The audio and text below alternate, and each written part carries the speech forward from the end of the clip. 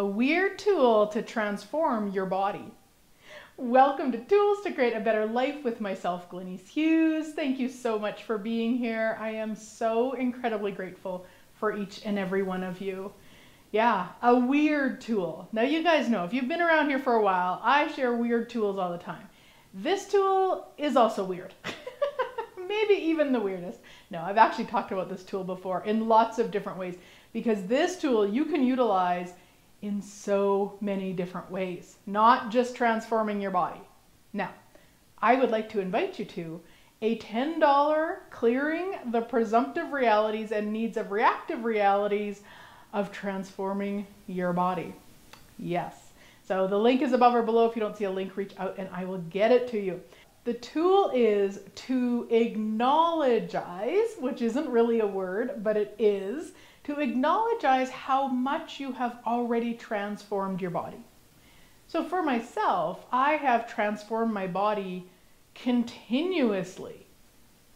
It's just that I really have only saw it as transforming my body when I was getting smaller. And I was wrong and horrible and bad when I was getting bigger. And so it's really recognizing that every time our body changes, we're transforming it. It's really working more consciously with what we would like to choose, with what we would like to actually transform it as. And not even just what we would like, but our bodies are a co-creation. They're something that with us. So being a bossy, as I call a bossy bosserson with our body, isn't going to create much. Maybe more struggle, but actually communing with your body and involving your body and saying, hey body, what would you like to look like? Because this isn't something that is just what I would like her to look like. She's what she looks like. So I get to give her a voice. I get to ask her, hey body, what would you like to look like? In fact, the very first time I did this, it was my very first foundation class that I attended back in the September of 2011. And the facilitator shared with us how to do this, which was very simple. Go out to a public place, sit there and ask your body to show you what she would like to look like.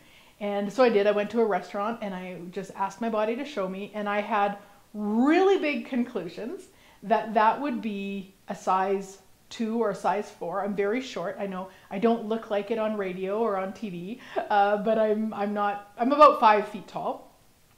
And if you look at the height list and weight list at the doctor's office, you're supposed to be about 110 pounds at this height. So I kind of always had this idea it'd be like a size 4 or size 6 or something like that if I was the right weight.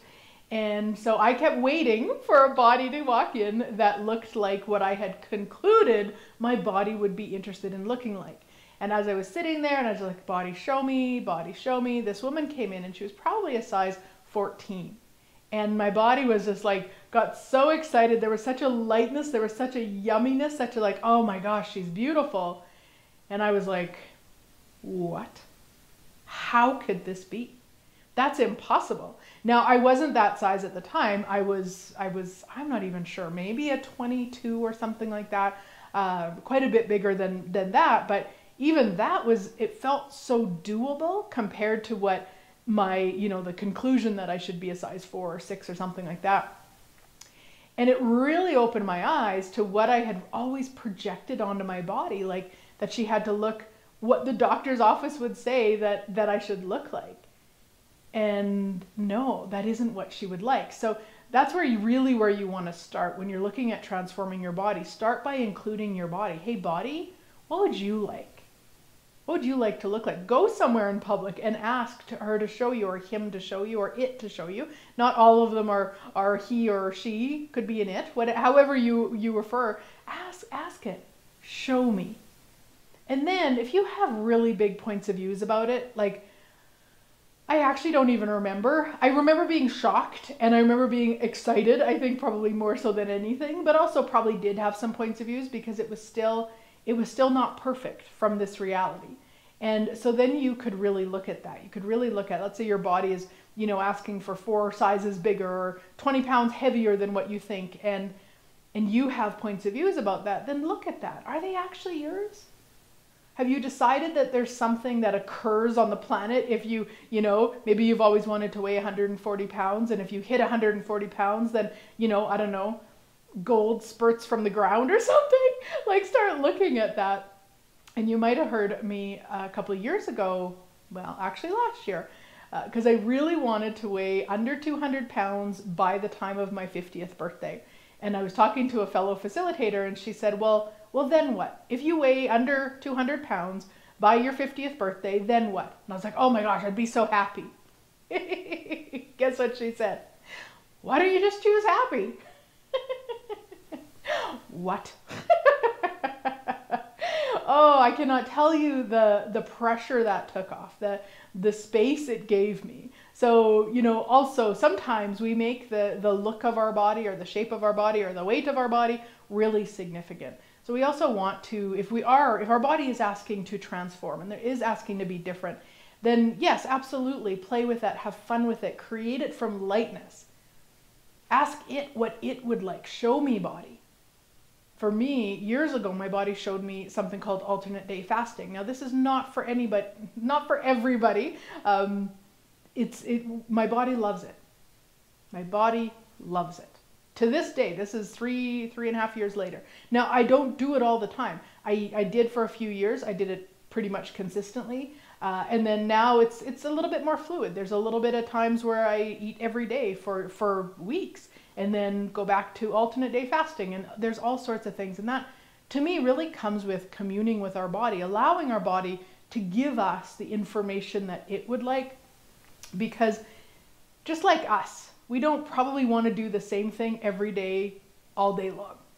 So our bodies don't really have that same desire either. Our body likes change and shifting things up and really recognizing that there's so many other possibilities out there. So asking your body to show you. It took my body, my body showed me, but it took me months to actually really receive what it was showing me. It started off in, I think it was September of 2019 when I sat down with a friend who'd been doing extended fasting, meaning she was fasting for like 30 days at a time. No, I have not chose that. I don't know that body would ever be interested. Who knows? But so she, I met with her in September of 2019. And then had a couple more things go on. It wasn't until January of 2020 when I actually chose alternate day fasting. And that was a really cool, picked up a book from the library. It was the only book on weight loss there because it was January, but also because it was the one I needed, which then led me to another book, which then got me to alternate day fasting. And it was it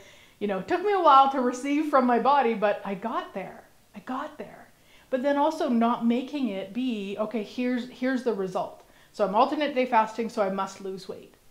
Because that's not it either. And if we're doing something just to lose weight, that might not work. I'm not saying it won't, but it might not, or it might not stay. Maybe we lose the weight, but we might gain it again because we've put the result in that number rather than what is it we're looking for. So in my case, as we know, happiness. What if we just choose happy? What a novel concept. What if we just allow it to be total magic?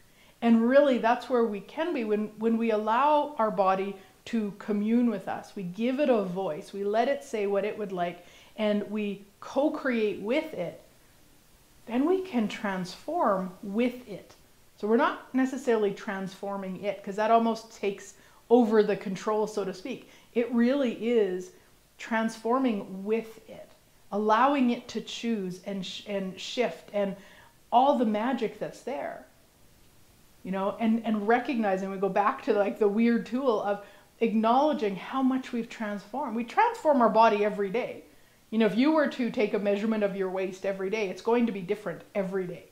Probably, possibly, very likely, because you're transforming it every day. So what could you create if you included it, allowed it to transform with you into what it's asking to be, without a point of view of what it should be asking for? Oh, it should want this, it should want that, it should, want to weigh 110 pounds because that's what the doctor office chart says. Yeah, my body has no interest in that, at least not yet. Maybe some point it does. In fact, even acknowledging that we are the co-creators of our bodies can really start to shift things. Because most often we walk around with this point of view that it's happening to us. Our body shape and size is just happening to us. We have no choice in it. We have no say in it. And what if we do? What if we do? We have the ability to commune with our body. We have the ability to ask it questions, the ability to allow it to guide us and to take the actions that it's asking for. So we have that. So we actually have a lot. We are the co-creators of our body. We're not necessarily the creators of our body. We can be, but I like the energy of co-creator because it's a totally different space. I'm co-creating with my body, with what she would like to be like on the planet. And it is a dance of being aware of where I'm deciding for her. I'm projecting onto her, you're too big, you're too this, you're too that. No, it's like, what if? What if there's no two? What if there just is? And if your body doesn't like it, then give it the voice for you to co-create, to change it, to transform with it. Yeah, right? It totally changes the energy because then we're not the superior bitch or bastard where we're telling it, we're being the bossy boss or saying, this is the way you need to be, this is what you need to look like, this is where you're wrong, you're wrong, you're wrong. It's like, oh gosh. I wonder sometimes if all that wrongness that I've put on my sweet body is, you know, sometimes adds to the things that I think shouldn't be going on. Like how much heavy energy is wrongness? All of it. Wrongness is 100% energy, heavy energy. So when we put heavy energy onto our body, how may that show up? Yeah, maybe heaviness. So the weird tool, acknowledge how much you're already transforming your body every day, all day. Now, how can you start transforming it in the way that your body is asking to be transformed? That's where the communion comes in. That's where the asking comes in. That's where the co-creation comes in. That's where the allowance of whatever she would like or he would like, the actions that's required. Clearing the points of views about the things that it says it would like that you might think, oh, that's crazy. Like myself all those years ago with alternate day fasting. Like I had such interesting points of views about food and what I needed food for and how much food I needed and when I needed food. And oh my gosh, it was exhausting. But let me tell you, once I cleared those points of views, total ease and joy and glory. So once again, I invite you to my $10 clearing call to clear the presumptive realities and the needs of reactive realities, keeping you from transforming your body. Have a great week, sweet friends. I look forward to chatting again next week.